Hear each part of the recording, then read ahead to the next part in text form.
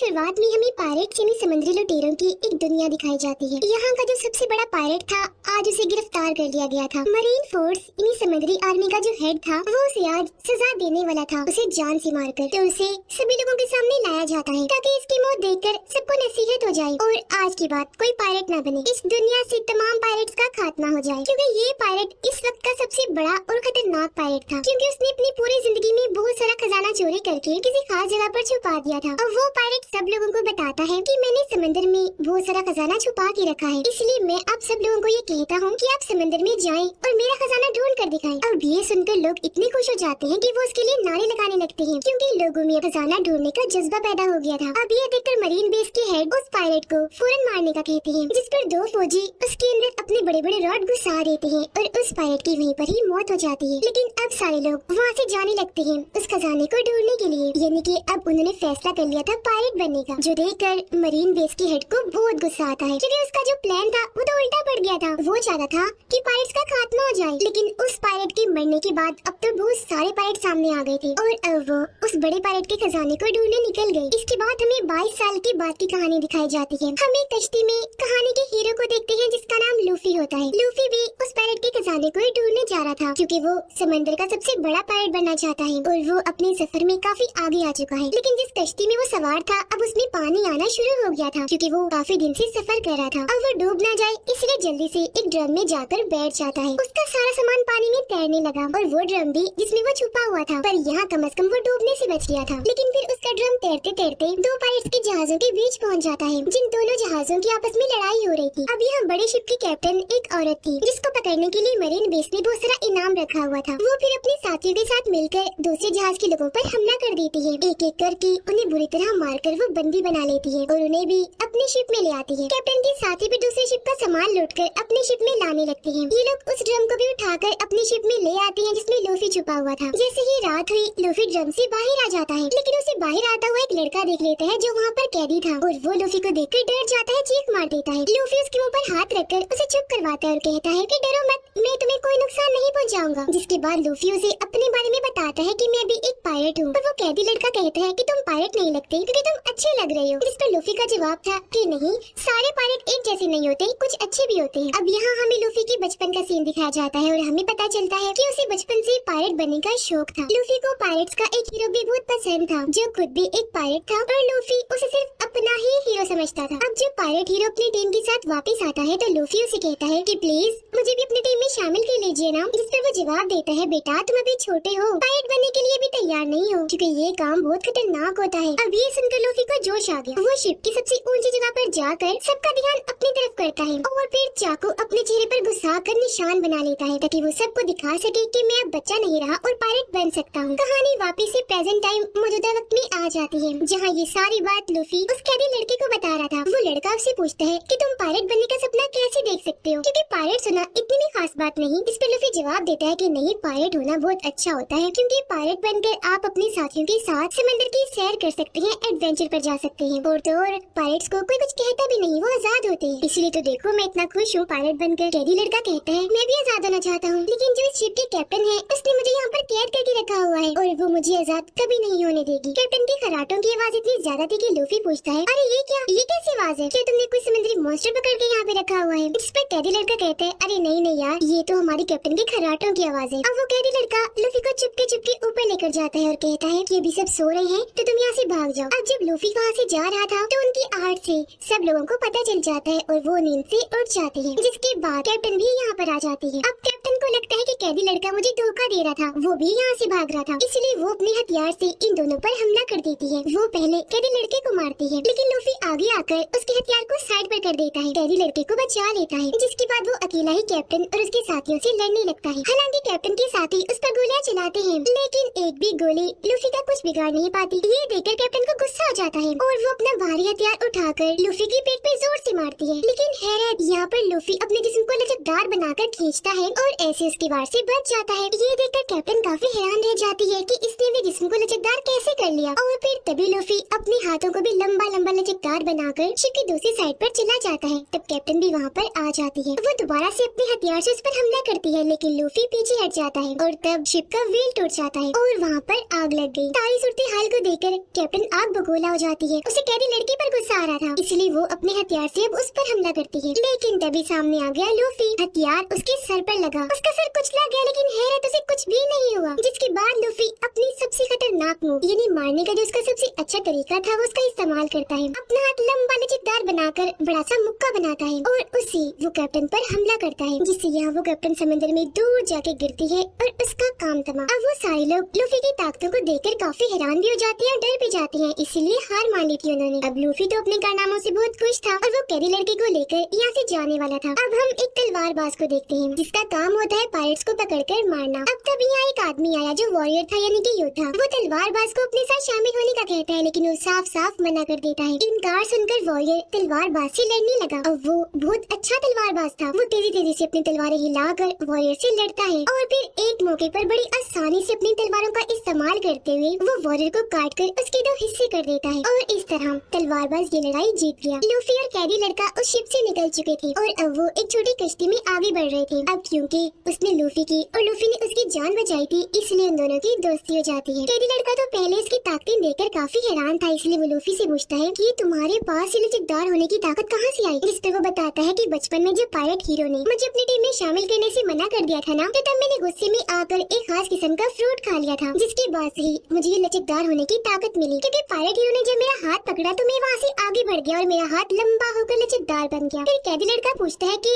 अब हम कहाँ जा रहे हैं? लूफी उसे बताता है कि हम जा रहे हैं ग्रैंड लाइन पर, यानी वही जगह जहाँ पर बड़े पायरेट का खजाना छुपा हुआ है। वो लड़का पूछता है क्या तुम्हें ग्रैंड लाइन का रास्ता पता है? इसको लूफी जवाब देता है मुझे तो नहीं पता। फिर वो लड़का कहता है कि तुम्हारी तरह मेरा भी एक सपना है। मैं दरअसल मरीन सोल्जर बनना चाहता हूँ ताकि कमजोर लोगों की मदद कर सकूँ। ये सुनकर लूफी कहते तो फिर ठीक है, काम कर लेते हैं। हम अब यहाँ से जाते हैं मरीन बेस पर। मुझे वहाँ से ग्रैंड लाइन का नक्शा मिल जाएगा और तुम वहीं पर रुक जाना मरीन सोल्जर बनने के लिए। जिस पर कैदी लड़का कहता है अरे वाह, ये तो बहुत अच्छा आइडिया है, चलो फिर ऐसे ही करते हैं। और अब ये दोनों मरीन बेस पर जाने के लिए निकल जाते हैं। अब इसी बीच समंदर में हम नामी नाम की एक लड़की को देखते हैं जो अपनी कश्ती में थी और उसकी हालत खराब थी। वो मरने वाली थी क्योंकि उससे काफी कमजोरी महसूस हो रही थी। उसने जब आंखें खोली तो उसे वहाँ पर एक बड़ी कश्ती दिखाई देती है जिसके अंदर दो लड़के थे। तब नामी उनसे मदद मांगती है, लेकिन तभी वो देखती है कि ये दोनों तो पायरेट्स हैं, इसीलिए अपनी कश्ती में रखा हुआ बॉक्स वो चादर ढककर छुपाने की कोशिश करती है। ऐसा लग रहा था जैसे इसमें कोई कीमती चीज हो। ये देखकर वो दोनों लड़के अपनी कश्ती से उतरकर नामी की कश्ती में आ जाते हैं और उस बॉक्स को खोलकर देखने की कोशिश करते हैं। जैसे ही उन्होंने बॉक्स खोला, हैरत, उसमें कुछ भी नहीं था। अब जब लड़कों ने ऊपर देखा तो नामी उनकी कश्ती चुराकर वहाँ से भाग जाती है, क्योंकि ये सब उसने नाटक किया था ताकि वो लड़के इसकी कश्ती में आए और ये उनकी कश्ती लेकर भाग सके। और अब नामी भी पास की मरीन बेस पर आ जाती है। उधर लूफी और कैदी लड़का एक होटल में बैठकर खाना खा रहे थे, जहाँ तभी वो तलवारबाज भी आ जाता है। एक बच्ची उसके लिए अपने हाथों से खाना बनाकर लाती है, लेकिन तभी यहाँ पर मरीन कैप्टन का बदतमीज बेटा आ जाता है। वो बच्ची के हाथ से खाना छीनकर नीचे गिरा देता है और अपने पाँव से कुचल देता है, जिसके बाद वो बच्ची से भी काफी बुरा पेश आता है। बच्ची काफी परेशान हो गई, जो चीज तलवारबाज को पसंद नहीं आई, इसलिए वो मरीन कैप्टन के बेटे से कहते हैं कि बच्ची से माफी मांगो। जिस पर वो बदतमीज लड़का हंस के कहता है क्या कहा? मैं इस बच्ची से माफी मांगू? कभी नहीं हो सकता। ये कहकर वो तलवार निकाल लेता है, जो देखकर तलवारबाज भी अपनी तलवार निकाल लेता है। सिर्फ एक दो वार करके ही उसे हरा देता है। ये देखकर कुछ और लोग भी तलवारबाज की तरफ आते हैं उसे लड़ने के लिए, लेकिन एक को वो टांग मार के ही गिरा देता है, एक का सर टेबल पर देकर मारता है और दो की बाजुएं पकड़कर उन्हें तोड़ देता है और साइड में फेंक के मारता है। एक को वो पकड़कर ऐसे घूमता है कि उसे जोर से टांग मारता है। तभी यहाँ पर नामी भी आ जाती है। वो भी एक आदमी का सर टेबल पर देकर मारती है और उसे जख्मी कर साइड में उठाकर ले जाती है। अब कैदी लड़का काफी डरा हुआ था, टेबल के नीचे छुपकर ये सब कुछ देख रहा था, जबकि लूफी इस लड़ाई को काफी एंजॉय कर रहा था। तलवारबाज ने सभी मरीन सोल्जर्स को मार दिया था, जिसके बाद वो पकड़ता है मरीन कैप्टन के बेटे को। उसे जान से मारने ही वाला था कि तभी वो लड़का कहता है कि प्लीज तुम मुझे छोड़ दो, मैं कैप्टन का बेटा हूँ, तुम जो मांगोगे वो तुम्हें दे देंगे। अब ये सुनकर तलवारबाज उसे फिलहाल के लिए छोड़ देता है और उसके डैड मरीन कैप्टन के पास आता है अपना इनाम लेने, क्योंकि उसकी ड्यूटी पायरेट्स को मारने की भी थी। लेकिन मरीन कैप्टन कहते हैं कि पहले तुम्हें मुझे इनाम देना होगा, जो है कि तुम्हें 7 दिन के लिए मेरे पास कैद रहना होगा। इस पर तलवारबाज कहते हैं अच्छा, अगर तुमने मुझे कैद करने की कोशिश की तो सबसे पहले तुम्हारा बेटा मरेगा। अब ये सुनकर मरीन कैप्टन का बेटा भड़क जाता है और अपने डैड को कहता कहता है, डैड या क्या करे है, पैसे दे दे इसको। लेकिन उसके डैड उसे ही मुक्का मारकर दूर फेंक देते हैं। अब मरीन कैप्टन तलवारबाज को कहता है कि तुम्हारी इस हरकत के बाद कोई भी मरीन बेस तुम्हें इनाम नहीं देगा, फिर चाहे तुम जितने मर्जी पायरेट्स को मार लो। अब तुम्हारे पास दो रास्ते हैं, या तुम हमारे साथ काम करो या फिर मेरे पास 7 दिनों के लिए कैद हो जाओ। इस पर तलवारबाज कहता है कि मैं तुम्हारे साथ काम तो नहीं करूंगा, लेकिन हाँ 7 दिनों के लिए कैद हो जाता हूँ। और अब उसे पकड़कर कैद कर लिया जाता है, उसे बांध दिया जाता है। अब अगले ही दिन लूफी भी यहाँ पर आ जाता है ग्रैंड लाइन के नक्शे को चुराने के लिए। लूफी ऊपर छोटे से रास्ते से आया था। वो जब देखता है कि तलवारबाज को वहाँ पर बांधा हुआ है, तो उसकी रस्सियाँ खोलकर उसे आजाद कर देता है और जिस रास्ते से आया था वहाँ से ही वापस चला जाता है। उधर नामी एक मरीन ऑफिसर की यूनिफॉर्म चुराकर उसे पहनकर अंदर घुस जाती है, क्योंकि वो भी यहाँ पर ग्रैंड लाइन का नक्शा ही चुराने आई थी। लेकिन जब वो नक्शा ढूंढ रही थी, तो तब दो मरीन ऑफिसर अंदर आ जाते हैं और उसे पहचान लेते हैं कि नामी कोई मरीन ऑफिसर नहीं है, बल्कि इसने तो सिर्फ वर्दी ही पहनी हुई है, इसलिए वो उस पर हमला कर देते हैं। लेकिन वो भी जल्दी से आगे बढ़ी। मेल ऑफिसर को तो वो अपनी टांग में ही लपेट कर नीचे गिरा देती है और रोड से फीमेल ऑफिसर पर हमला करके उसका भी काम तमाम कर देती है। इतनी ही देर में छत तोड़कर यहाँ पर लूफी भी आ जाता है, क्योंकि उसने सारी बात सुन ली थी और अब इन दोनों को ही पता चल गया था कि हम यहाँ पर ग्रैंड लाइन का नक्शा चुराने आए हैं। अब लूफी मरीन कैप्टन की ऑफिस जाने लगता है, क्योंकि ग्रैंड लाइन का नक्शा वहीं पर ही रखा हुआ है। तब नामी भी उसके पीछे पीछे जाने लगती है, पर तभी अचानक इनके सामने मरीन कैप्टन आ जाता है और क्योंकि नामी ने यूनिफॉर्म पहना हुआ था, तो वो उसे मरीन ऑफिसर ही समझता है। नामी यहाँ पर उसे बताती है, वो दरअसल मैंने इस कैदी को भी अभी कैद किया है, तो मैं इसे जेल में डालने जा रही थी। जो सुनकर कैप्टन यहाँ से चला जाता है, पर यहाँ हमने देखा कि नामी बहुत चालाक है। उसने मरीन कैप्टन की जेब काट ली थी और अब उसके ऑफिस की चाबियाँ इनके पास आ गई थी। तो अब ये दोनों चाबियों से ताला खोलकर उसके ऑफिस घुस जाते हैं। अलग अलग होकर ग्रैंड लाइन का नक्शा ढूंढने लगते हैं। मरीन कैप्टन अब उस जगह पर आता है जहाँ पे वो दोनों ऑफिसर पड़े थे, जिन्हें अभी अभी नामी ने पीटा था। दोनों ऑफिसर मरीन कैप्टन को बताते हैं कि वो लाल बालों वाली लड़की यानी कि नामी कोई मरीन सोल्जर नहीं है, बल्कि वो तो यहाँ पर घुस गई है, पायरेट है। ये सुनकर मरीन कैप्टन को याद आया कि वो तो मेरे ऑफिस की तरफ गई है, इसलिए वो यहाँ पर इमरजेंसी अलार्म बजा देता है। उधर लूफी और नामी को वो तिजोरी मिल गई थी जिसमें ग्रैंड लाइन का नक्शा रखा हुआ था, लेकिन लाख कोशिश के बाद भी वो इस तिजोरी को नहीं खोल पा रहे थे। तभी बाहर मरीन कैप्टन भी आ गया था। वो दरवाजा पीटने लगता है और उन्हें दरवाजा खोलने का कहता है, लेकिन यहाँ पर लूफी मजबूती से तिजोरी को पकड़ता है। नामी उसके पीछे से आकर उसे जोर से पकड़ लेती है। यहाँ लूफी अपनी लचकदार ताकत का इस्तेमाल करके खींचकर अपनी बाजुओं को लंबा करता है और ऐसे दोनों कूदकर वहाँ से बाहर आ जाते हैं तिजोरी के साथ। ये दोनों सही सलामत यहाँ पर आ गए थे, लेकिन तभी मरीन ऑफिसर यहाँ पर आकर इन्हें चारों तरफ से घेर लेते हैं। पर यहाँ लूफी और नामी बड़ी बहादुरी से उनका सामना करते हैं। लूफी अपने मुक्कों से उन्हें दूर करता है, जबकि नामी रॉड से मार मार कर उन्हें ढेर करती जाती है। और फिर तभी तलवारबाज भी यहाँ पर अपनी तलवारें लेकर आ जाता है। वो देखता है कि लूफी और नामी ये दोनों बच्चे हैं और उनसे पिट रहे हैं, इसलिए वो भी उनकी मदद करने इस लड़ाई में कूद पड़ता है। जैसे एक सोल्जर उसे मारने के लिए आगे बढ़ा, वो टांग मारकर उसे साइड में कर देता है और फिर कूदकर एक ऑफिसर के ऊपर गिरता है। दूसरे को वो तलवार से मारकर साइड पर करता है और ऐसे ये तीनों ही सभी मरीन सोल्जर्स को मार देते हैं। ये तीनों अभी खड़े ही थे कि तभी यहाँ पर मरीन कैप्टन आ जाता है। वो इनसे लड़ने ही आया था, क्योंकि उसके हाथ पर ब्लेड वाला हथियार लगा हुआ था, जिससे वो इन पर हमला कर देता है। लेकिन तभी सामने आए लूफी और तलवारबाज जो उससे लड़ने लगते हैं। हालांकि तलवारबाज अपनी 2 तलवारों से उसे लड़ रहा था, लेकिन मरीन कैप्टन बहुत बहादुर था, वो उस पर भारी पड़ता जा रहा था, तो इसलिए तलवारबाज को अपनी तीसरी तलवार भी निकालनी पड़ती है। यहाँ लूफी भी अपनी लचकदार ताकत का इस्तेमाल करके अपना बाजू लंबा करके उसका सामना करता है, लेकिन मरीन कैप्टन उसका हाथ भी आसानी पकड़ लेता है। अब तलवारबाज अपनी तीसरी तलवार को मुंह में रखता है और 2 तलवारों से कैप्टन से लड़ने लगता है। एक तलवार उसने जैसे कैप्टन को मारी, वो उछलकर दूर जाके गिरता है और अब यहाँ लूफी भी अपनी खास मूव का इस्तेमाल करता है, यानी कि बाजू को लंबा सा करके बड़ा सा मुक्का बनाकर कैप्टन के मुंह पर देकर मारता है, जिससे वो भी दूर जाके गिरता है और वही ढेर हो गया। और अब आखिरकार वो यहाँ पर मरीन आर्मी और मरीन कैप्टन से बच गए थे, जिस वजह से बहुत खुश थे। तलवारबाज इनकी और मदद करता है। वो तिजोरी को उठाकर लूफी की कश्ती तक लेकर जाता है। इससे पहले कि ये यहाँ से जाते, मरीन कैप्टन का बेटा यहाँ पर आ जाता है गन्स लेकर, लेकिन तभी यहाँ पर आ जाता है कैदी लड़का भी और वो उसके मुंह पर जोरदार मुक्का मारकर उसे बेहोश कर देता है। उसे देखकर लूफी काफी खुश हो जाता है कि तुम यहाँ भी आ गए, और अब वो उसे भी अपने साथ ले जाने का सोचता है, क्योंकि अब मरीन आर्मी इनके पीछे पड़ गई थी। इस पर कैदी लड़का कहता है कि नहीं तुम जाओ, मैं यहीं पर रुकूंगा अपना सपना पूरा करने के लिए। मैं एक अच्छा मरीन ऑफिसर बनूंगा, लोगों की मदद करने के लिए, जुल्म को मिटाने के लिए। उसकी बातें सुनकर लूफी काफी मुतासिर हुआ और अब वो नामी और तलवारबाज को उस कश्ती में लेकर वहाँ से निकल जाता है। अब हम दोबारा से मरीन बेस के हेड को देखते हैं जिन्होंने 22 साल पहले सबसे बड़े पायलट को पकड़ा था और उसे सजा दी थी। अब बेस के हेड को पता चलता है कि कोई उनकी मरीन बेस से ग्रैंड लाइन का नक्शा चुरा कर ले गया है। ये जानकर मरीन बेस के हेड काफी परेशान हो जाते हैं और अब वो भी इस मरीन बेस पर आने लगते हैं। अब हमें दिखाया गया एक जोकर जो भी एक पायलट ही था और उसे भी ग्रैंड लाइन का नक्शा चाहिए था, इसलिए वो अपने लोगों को लूफी के पीछे भेजता है वो नक्शा चुराने के लिए। उधर लूफी, नामी और तलवारबाज कश्ती से आगे बढ़ रहे थे। यहाँ खुशी खुशी नामी उस तिजोरी को खोल लेती है जिसके अंदर से इन्हें ग्रैंड लाइन का नक्शा मिल जाता है, जिसे देखकर ये काफी खुश हो जाते हैं। यहाँ नामी लूफी और तलवारबाज को बताती है कि दुनिया का समंदर 4 हिस्सों में बटा हुआ है और जो जमीन की लाइन है जो समंदर तक आ रही है उसके ऊपर भी एक लाइन है और उसे ही ग्रैंड लाइन कहा जाता है। खजाना वहाँ पर है तो अब हम खजाना ढूंढने वहाँ जाएंगे। वो ये बातें कर ही रहे थे कि तभी इन्हें बाहर से आहट महसूस होती है, क्योंकि असल में जोकर के लुटेरों ने इनकी कश्ती पर हमला कर दिया था। उसके लुटेरे आसमान में थे, वो वहाँ से बेहोशी की गैस आसपास फैला देते हैं। गैस जैसी लोगों के अंदर गई, ये भी उसे सूंघकर बेहोश हो जाती है। यहाँ बेहोश होने से पहले लूफी ने उन लुटेरों को देख लिया था, इसीलिए उसने ग्रैंड लाइन के नक्शे को जल्दी जल्दी से अपने मुंह में छुपा लिया था, जिसके बाद वो बेहोश हो गई। इसके बाद जब इन तीनों को होश आई तो ये देखते हैं कि हमें तो कैद किया हुआ है एक बड़े से बॉक्स में और इनकी सारी चीजें जोकर के लुटेरों ने ले ली थी। पर लूफी ने यहाँ बताता है कि फिक्र न करो, ग्रैंड लाइन का नक्शा मेरे पास बिल्कुल सेफ है, यहाँ पर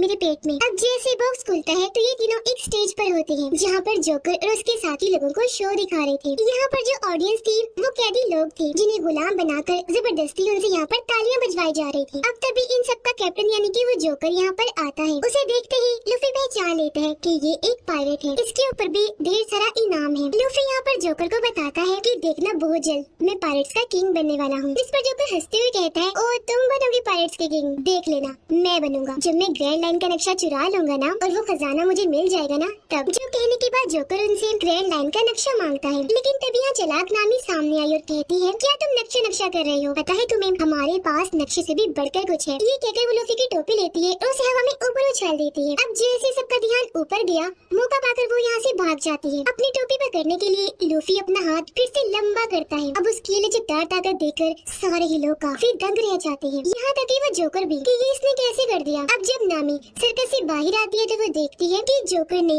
इनका पूरा शहर तबाह बर्बाद कर दिया है। शहर की बुरी हालत देखकर वो भी सोच रही थी कि तब यहाँ पर जोकर के लोग आकर उसे पकड़ लेते हैं और दोबारा से उसे अपने हेड जोकर के पास ले आते हैं। तभी जोकर के लोग तलवारबाज और नामी को पकड़कर उन्हें अपने साथ ले जाते हैं। जोकर लूफी के पास आता है और उससे ग्रैंड लाइन के नक्शे के बारे में पूछता है, लेकिन वो उसे कुछ नहीं बताता, जिस वजह से जोकर को गुस्सा आ गया और वो लूफी को सजा देने के लिए उसके हाथ पाँव बंधवा देता है और उन्हें खिंचवा कर और लंबा लचकदार कर देता है, क्योंकि उसे लग रहा था कि ऐसा करने से लूफी को तकलीफ होगी। लेकिन लूफी तो उल्टा हंस रहा था, क्योंकि उसे तकलीफ नहीं हो रही थी बल्कि मजा आ रहा था। अब जब जोकर लूफी के पास आया तो वो उसकी टोपी देखकर पहचान लेता है कि ये तो पायलट हीरो की टोपी है। तब यहाँ जोकर उसे बताता है कि जब मैं तुम्हारी उम्र का था ना तब मैं और पायलट हीरो एक ही टीम में हुआ करते थे, लेकिन उसने भी मुझे धोखा दे दिया। अब लूफी से नक्शा लेने के लिए जोकर यहाँ पर एक चाल चलता है। वो उसके सामने एक बच्चे को लाता है और कहता है कि अगर तुमने नक्शा ना दिया तो मैं इसे मार दूंगा। ये देखकर लूफी को गुस्सा आ गया और वो जैसे तैसे खुद को छुड़वा लेता है और यहाँ पर अपनी सबसे खास मूव का इस्तेमाल करता है, यानी कि लंबी बाजू करके बड़ा सा मुक्का बनाकर वो जोकर के मुंह पर जोर से मारता है, जिससे उसका सर ही टूटकर जिस्म से अलग होकर दूर जाके गिरता है। पर हैरत से अलग होने के बाद भी जोकर मरा नहीं था बल्कि जिंदा था। उसका कटा हुआ सर बोल रहा था,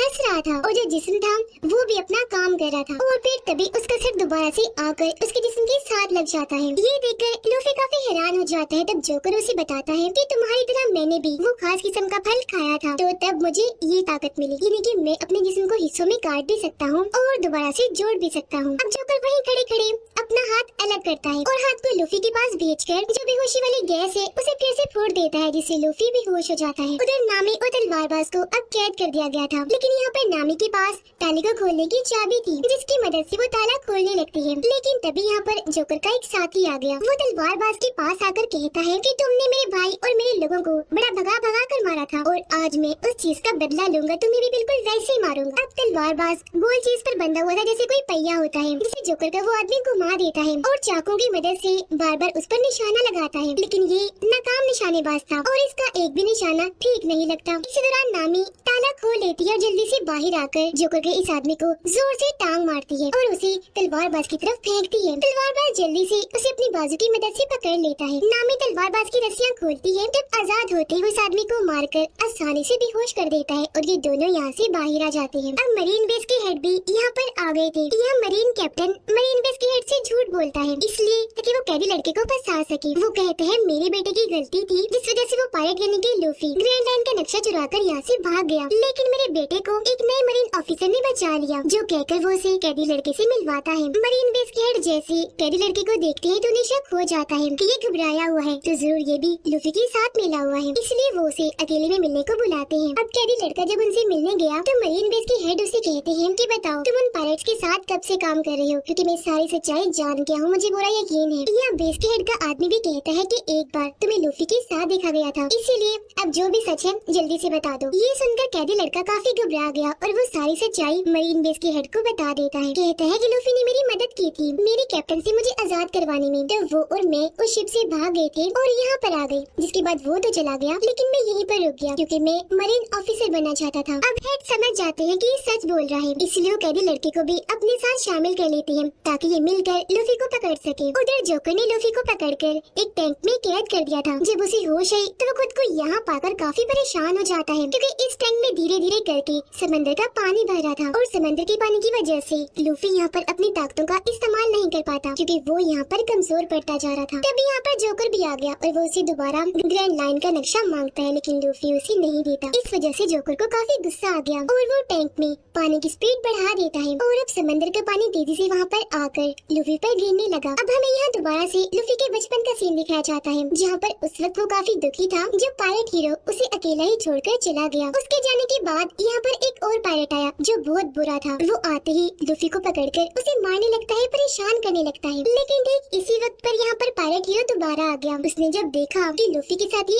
ऐसा सलूक कर रहे हैं तो उसने एक एक करके उस पायरेट के सभी साथियों को मारकर ढेर कर दिया, लेकिन तब तक वो बुरा पायरेट लूफी को लेकर कश्ती में बिठाकर समंदर में आ गया। पर तभी यहाँ पर एक बहुत बड़ा समुद्री मॉन्स्टर आकर इनकी कश्ती पर हमला कर देता है, जिससे इनकी कश्ती पलट गई और ये दोनों समंदर में जाके गिरते हैं। डूबने की वजह से उस बुरे पायरेट की तो वहीं पर मौत हो जाती है। इससे पहले कि लूफी भी पानी में डूबकर मरता, यहाँ पर पायरेट हीरो आकर उसकी जान बचा लेता है, जिसके बाद वो समुद्री मॉन्स्टर दोबारा से ऊपर आया इन पर हमला करने के लिए। वो अपना बड़ा सा मुंह खोलकर लूफी को खाने ही वाला था कि तभी सामने पायरेट हीरो आकर उसे बचा लेता है। मॉन्स्टर ने जैसे अपना मुंह बंद किया, पायरेट हीरो मॉन्स्टर की आंखों में आंखें डालकर देखने लगता है। इससे मॉन्स्टर काफी डर गया और वहाँ से वापस भाग जाता है, लेकिन लूफी देखता है कि उस मॉन्स्टर ने पायरेट हीरो का एक बाजू खा लिया है, जिससे छोटे लूफी को बहुत दुख हुआ। तो अब यहाँ पर लूफी को एहसास हो गया कि वाकई अभी मैं बच्चा हूँ, पायरेट बनने के लायक नहीं हूँ। अब पायरेट हीरो यहाँ से जाने वाला था, जाते जाते वो लूफी को अपनी टोपी देता है, जो लूफी के पास उसकी आखिरी निशानी थी, जिसे प्रेजेंट टाइम में जोकर लूफी के सामने ही खराब कर रहा था। पर वो अपनी टोपी बचाने के लिए कुछ कर नहीं सकता था, क्योंकि पानी भरने से वो टैंक में डूबता जा रहा था, पर इस वजह से उसे बहुत गुस्सा था। इतनी ही देर में यहाँ पर नामी और तलवारबाज भी आ गई। नामी रोड को टैंक पर देकर मारती है, जिससे टैंक पर दरारें पड़ जाती है। लूफी भी तब तक पानी में बेहोश हो गया था। अब उन दोनों को देखकर जोकर काफी घबरा गया, आसपास अपने साथियों को देखने लगता है ताकि मदद के लिए बुला सके, लेकिन नामी और तलवारबाज ने तो पहले ही उसके साथियों का काम तमाम कर दिया था। दरारें काफी गहरी हो गई थी, इसलिए टैंक टूटता है और पानी के बहाव के साथ लूफी बाहर आ जाता है। उसे तब तक होश भी आ गई थी और यहाँ अब उसके मुंह से ग्रैंड लाइन का नक्शा भी बाहर निकल कर आ जाता है। अब लूफी के सामने दो चीजें पड़ी हुई थी, नक्शा और उसकी टोपी। क्योंकि उसकी टोपी ज्यादा जरूरी थी, इसीलिए वो उसकी तरफ ही बढ़ता है। लूफी टोपी उठाता है, जबकि जोकर वो नक्शा उठा लेता है, जिसे देखकर वो काफी खुश हो रहा था। ये देखकर तलवारबाज उस पर तलवार से हमला करता है। तलवारबाज ने उसका गला काटा था, लेकिन अपनी ताकत से वो गला दोबारा जोड़ लेता है और उन्हें ही अपनी ताकतें दिखाने लगता है, यानी कि उनकी आंखों के सामने वो अपने जिस्म के हिस्से काट कर दोबारा से जोड़ने लगता है और फिर वो अपने जिस्म के बहुत सारे टुकड़े करके उनसे नामी और तलवारबाज पर हमला करवा देता है। हालांकि नामी और तलवारबाज उसके जिस्म के टुकड़ों से लड़ रहे थे, लेकिन वो इन पर भारी पड़ रहा था। ये देखकर लूफी को जोकर पे काफी गुस्सा आया,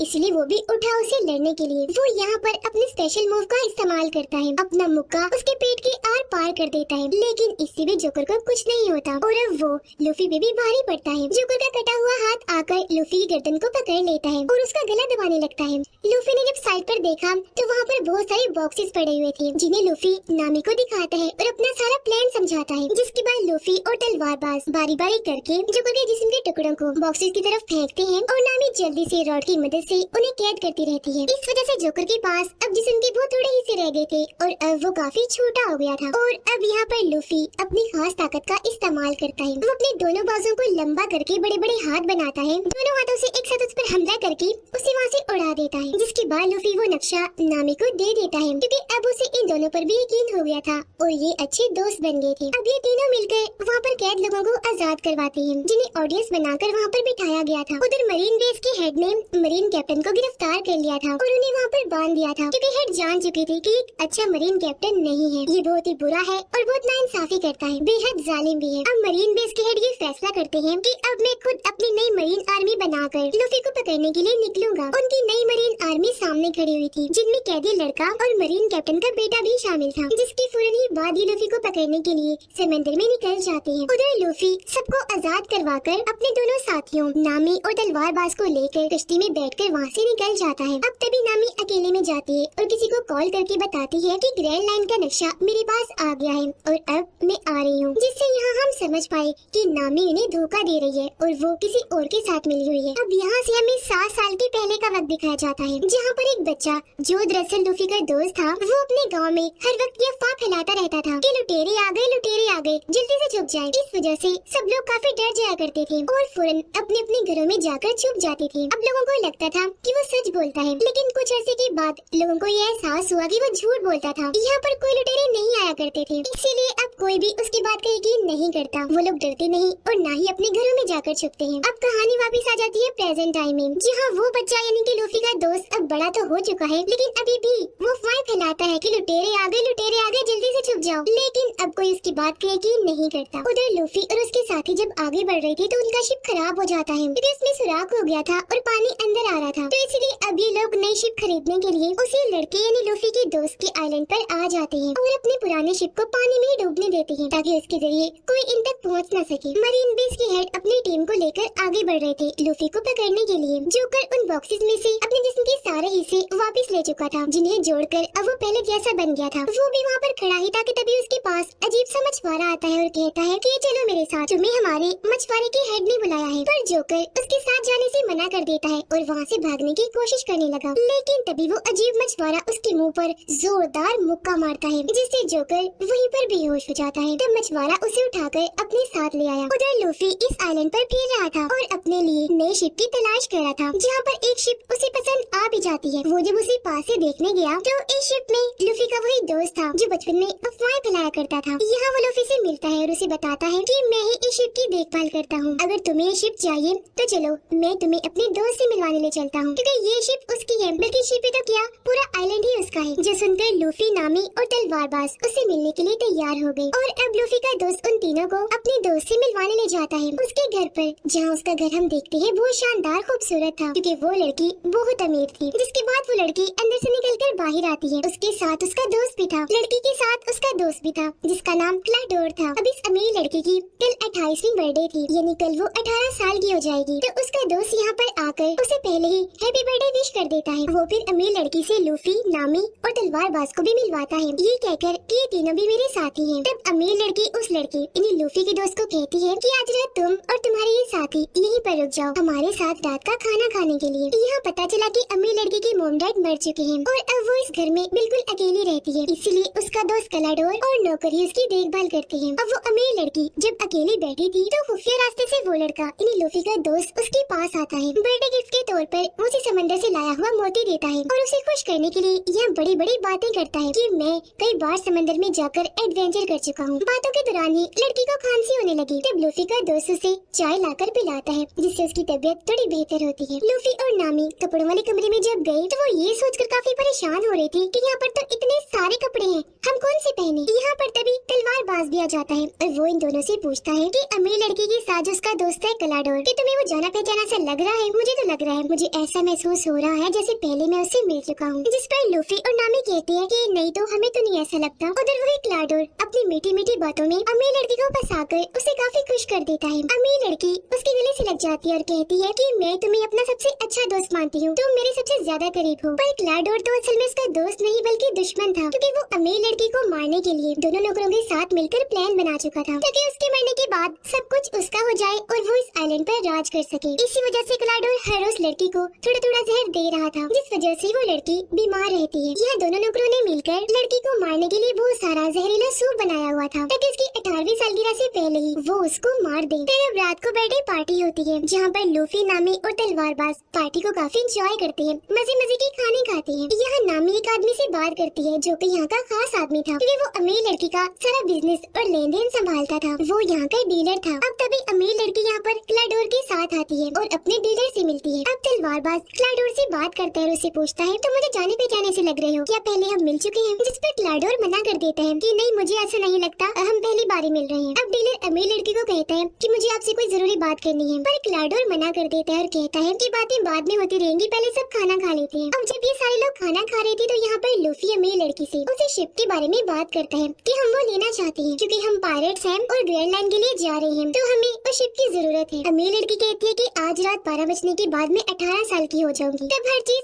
मेरे कंट्रोल में आ जाएगी, तो शिप मैं तुम्हें दे दूंगी। वो बातें कर ही रही थी कि तभी लड़की की तबीयत खराब होने लगी। क्लाडोर कहता है किसी आराम की जरूरत है, आप सब लोग यहाँ से चले जाइए। पर अमीर लड़की मना कर देती है कि नहीं नहीं, मत कहो होने जाने का, आज रात वो यही रुकेंगी। ये सुनकर तब क्लाडोर भी चुप हो जाता है और अमीर लड़की को उठाकर उसके कमरे में छोड़ने जाता है। अब मरीन बेस के हेड और कैदी लड़का जब एक जगह पर बैठे हुए थे, तो वहाँ पर मरीन कैप्टन का बेटा आता है और बताता है कि एक आइलैंड के पास हमें लूफी की शिप का सामान मिला है, जिस पर मरीन बेस के हेड कहते हैं तो इसका मतलब है लूफी उस आइलैंड पर गया है, तो अब तुम दोनों उस आइलैंड पर जाओ और लूफी को पकड़कर यहाँ पर लेकर आओ। अब जब डीलर अकेला था तो उसके पास क्लाडोर आता है, क्योंकि वो डीलर को मारना चाहता है। वजह ये थी कि डीलर क्लाडोर की सच्चाई जान चुका था, जो सारी बात आज रात वो अमीर लड़की को बता देगा। अब यहाँ हमने देखा कि क्लाडोर के पास भी तेज चलने और दौड़ने की स्पीड और ब्लेड की ताकत है। उसके हाथ में 5 ब्लेड लगे हुए थे। वो उन्हें डीलर के अंदर घुसाकर उसे बहुत बुरी तरह मार देता है। अब हम जोकर को देखते हैं, जिसे वो मछुआरा अपने हेड के पास उठाकर ले आया था। हेड जोकर को कहता है कि मैं यहाँ का सबसे बड़ा और खतरनाक पायलट हूँ, अगर तुम यहाँ पर कुछ लूटोगे तो आधा हिस्सा मुझे भी दोगे। जिस पर जोकर कहता है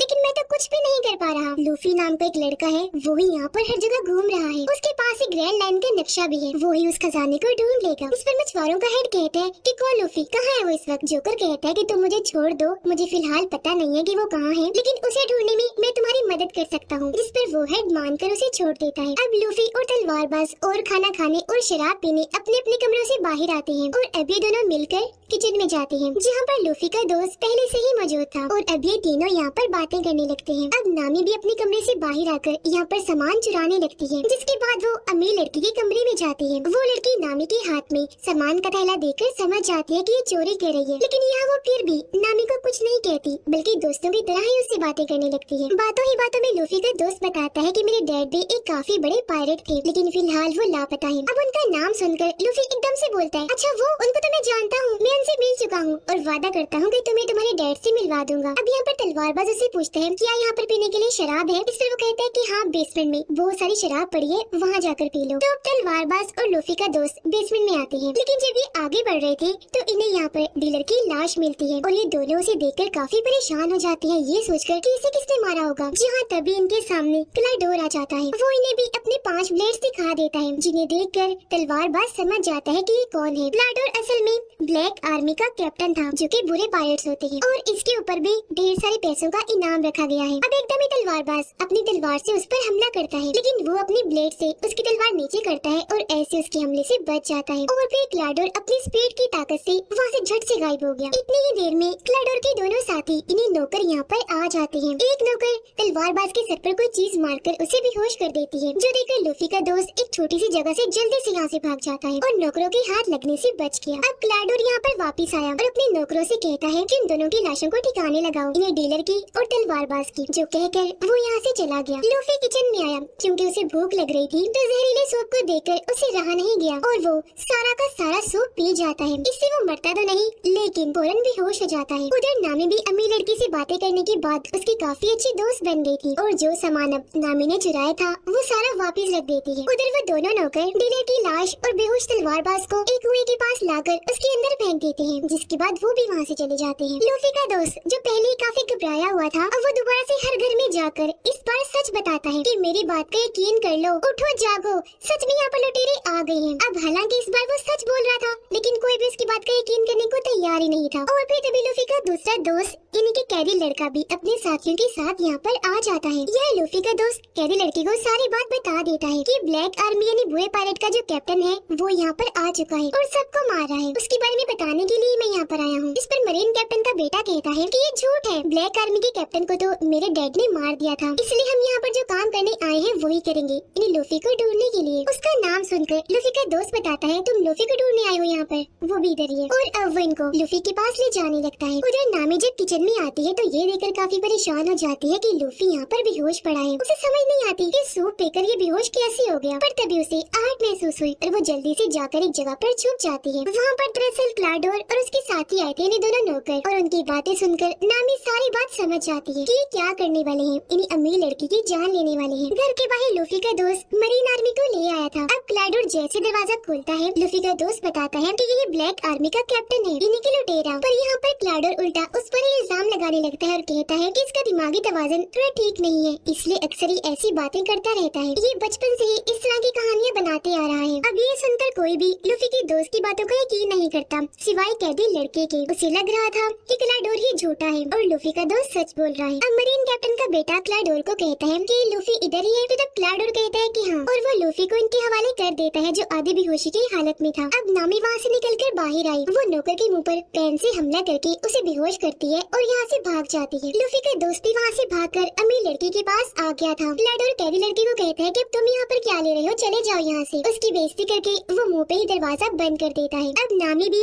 अमीर लड़की के पास आ गई थी जहाँ पर लूफी का दोस्त पहले से ही मौजूद था। अब यहाँ पर नामी और लूफी का दोस्त मिलकर अमीर लड़की को क्लाडोर की सच्चाई बताते हैं कि वो तुम्हारा दोस्त नहीं है बल्कि दुश्मन है और सब कुछ हथियाने के लिए तुम्हें मारने का प्लान बना रहा है। अब तलवारबाज जो जिंदा था, जिसे कुएं में फेंक दिया था, वहाँ पर उसे होश आ गई थी और उसे बाहर फेंककर वहाँ से बाहर आने की कोशिश कर रहा था, लेकिन क्योंकि वो कुआं काफी गहरा था तो वो वहाँ से बाहर नहीं आ पाता। लेकिन वो फिर भी हार नहीं मानता, बार बार कोशिश करता रहता है। अब यहाँ हमें तलवारबाज के पास्ट का एक सीन दिखाया जाता है कि जब वो छोटा था, तलवारबाज बन रहा था, तो उसने अपने दोस्त से वादा किया था कि मैं इस दुनिया का सबसे बड़ा तलवारबाज बनूंगा। लेकिन बाद में उसे पता चला कि मेरे दोस्त की मौत हो गई है। उसे बहुत दुख हुआ और तब वो अपने दोस्त के साथ किए गए वादे को निभाने का सोचता है, यानी कि दुनिया का सबसे बड़ा तलवारबाज बनने के लिए वो निकल गया। प्रेजेंट टाइम में 12 बज गए थे और अब वो अमीर लड़की 18 साल की हो गई थी, इसलिए अब क्लाडोर उसकी सारी प्रॉपर्टी पर अपना कब्जा करने के लिए उसे मारने के लिए जाता है। वो घर के सारे दरवाजों को बंद कर देता है ताकि वो लड़की अपनी जान बचाकर यहाँ से भाग न जाए। जिसके बाद वो अपने हथियारों यानी ब्लेड्स वाले हाथों और अपने नौकर साथियों के साथ अमीर लड़की के कमरे में जाता है। लेकिन अमीर लड़की तो पहले ही लूफी के दोस्त और नामी के साथ खुफिया रास्तों से यहाँ से भाग रही थी। ये लोग दीवारों के अंदर बने छोटे रास्ते से जा रहे थे, लेकिन तभी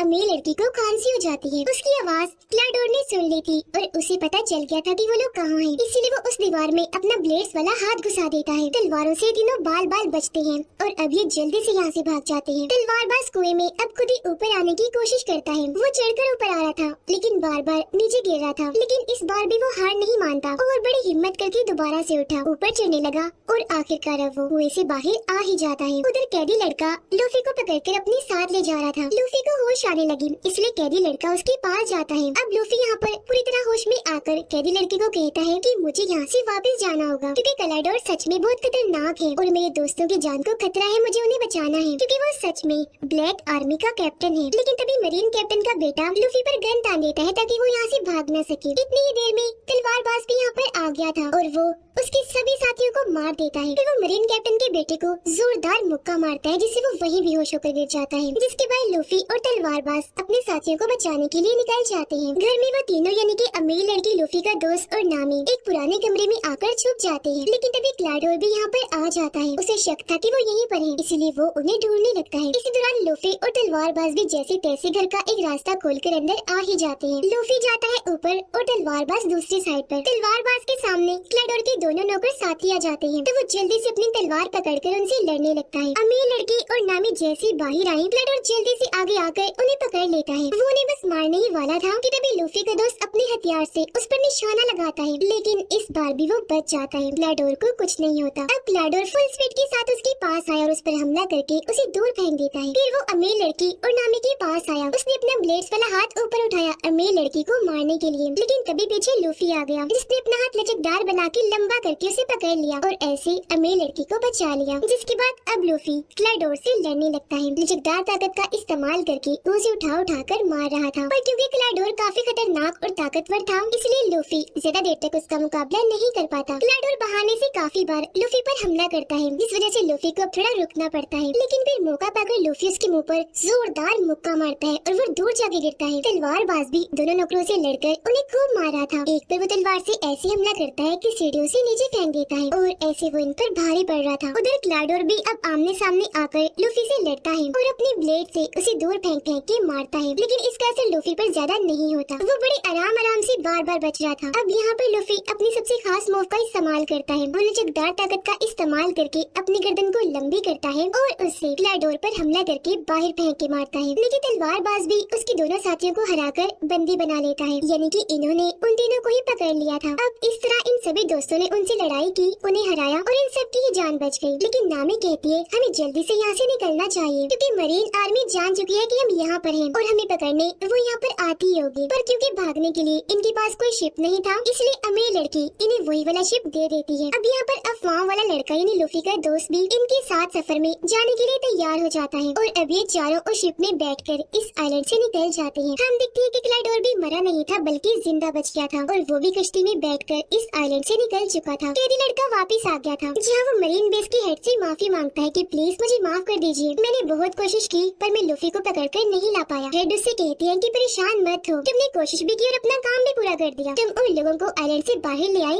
यही बहुत है, अब हम उन्हें पकड़ लेंगे। वो ऐसा इसलिए कह रहा था क्योंकि अपनी दूरबीन से वो लूफी के शिप को देख पा रहा था। और अब मरीन बेस के हेड कहते हैं कि जल्दी से उनकी शिप पर हमला कर दो। उधर वो सारे लोग अपनी इस नई शिप पर काफी एंजॉय कर रहे थे, हंसी खुशी अपने सफर पर आगे बढ़ रहे थे। लेकिन तभी इन पर बॉम्ब्स की बारिश होने लगती है। ये देखकर सारे दोस्त ऊपर आए। लूफी दूरबीन से देखता है कि ये कौन कर रहा है और उसे वहाँ पर मरीन बेस के हेड दिखाई देते हैं। उन्हें देखकर लूफी काफी हैरान हो गया, कहता है कि ये तो मेरे दादाजी हैं। अब ये सुनकर वो तीनों ही काफी हैरान रह जाते हैं। इन्हीं लूफी का दोस्त नामी और तलवारबाज, क्या ये तुम्हारे दादाजी हैं? लूफी के हाँ बोलने पर वो सोच में पड़ जाता है कि ये आखिर ऐसा क्यों कर रहे हैं। उनकी हैरानी के साथ ही ये कहानी इधर ही खत्म हो जाती है।